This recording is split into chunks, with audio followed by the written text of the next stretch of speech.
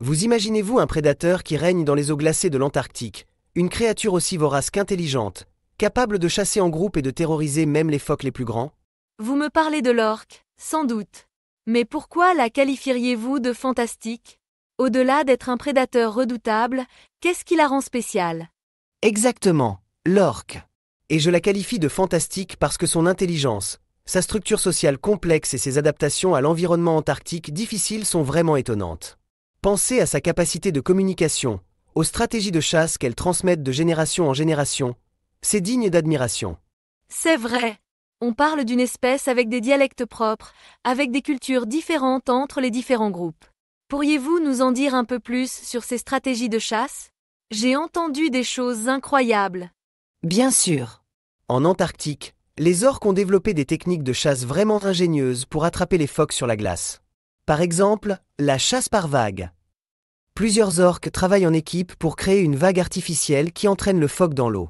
C'est une démonstration de coopération et de planification impressionnante. C'est hallucinant. Et comment communiquent-elles entre elles pour coordonner ces attaques? Parce que je comprends que ce n'est pas quelque chose qu'elles improvisent sur le moment. Elles utilisent une grande variété de vocalisations, des sifflements et des claquements aux impulsions modulées. Chaque groupe, ou pod, a son propre répertoire de sons, ce qui serait son propre dialecte. Cela leur permet de s'identifier et de communiquer efficacement pendant la chasse ou dans d'autres interactions sociales. Et quelle est l'importance de la structure sociale dans la vie des orques? Est-ce une société matriarcale, comme je l'ai entendu? La structure sociale est fondamentale. Les orques vivent dans des groupes familiaux très unis, dirigés par les femelles les plus âgées, les matriarches. Ce sont ces matriarches qui transmettent les connaissances, les compétences de chasse et les traditions du groupe. Les enfants, mâles et femelles, restent avec leur mère toute leur vie. C'est fascinant. Donc, la matriarche est comme l'encyclopédie du groupe, celle qui garde toute l'information vitale pour la survie. Et que mangent les orques en Antarctique, en plus des phoques? Leur régime alimentaire est assez varié, bien que cela dépende de la région et du groupe spécifique. En plus des phoques, elles chassent les manchots, les oiseaux marins, les poissons et même les baleines. Certaines populations se spécialisent dans la chasse d'un type spécifique de proie. Cette spécialisation influence-t-elle leur comportement et leur culture? Absolument. Les groupes qui se spécialisent dans la chasse de mammifères marins, par exemple, ont tendance à être plus sociaux et à chasser en groupes plus grands. Ceux qui se nourrissent principalement de poissons peuvent avoir un comportement plus solitaire. Ces différences se transmettent culturellement de génération en génération. Et comment les orques s'adaptent-elles au froid extrême de l'Antarctique? Quelles caractéristiques physiques leur permettent de survivre dans ces conditions? Les orques ont une épaisse couche de graisse, ou blubée, qui les isole du froid. De plus, leur grande taille les aide à conserver la chaleur corporelle. Elles ont également un système circulatoire spécialisé qui réduit la perte de chaleur dans les nageoires et la queue. Impressionnant! Et en parlant de conservation, quel est l'état des populations d'orques en Antarctique? Sont-elles menacées?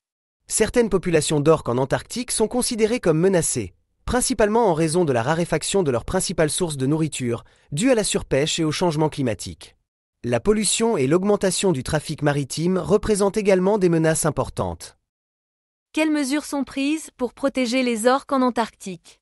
Plusieurs mesures sont mises en œuvre, telles que la création d'aires marines protégées, la réglementation de la pêche et la réduction de la pollution.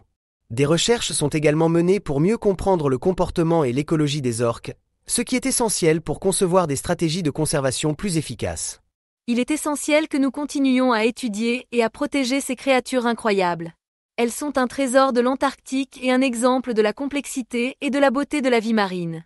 Que pouvons-nous faire, en tant que spectateurs de cette vidéo, pour aider les orques? S'informer et sensibiliser à l'importance de la conservation marine est une première étape fondamentale. Nous pouvons également soutenir les organisations qui travaillent à la protection des orques et de leur habitat. Et, bien sûr, réduire notre impact environnemental en consommant de manière responsable et en soutenant les pratiques durables. Il ne fait aucun doute que chaque petite action compte. Et si cette visite du monde des orques antarctiques vous a fasciné, nous vous invitons à vous abonner à notre chaîne. Exactement.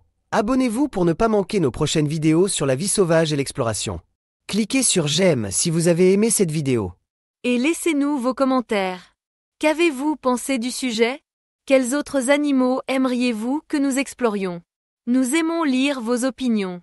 partagez cette vidéo avec vos amis et votre famille afin que davantage de personnes connaissent cet incroyable prédateur. À la prochaine, explorateurs!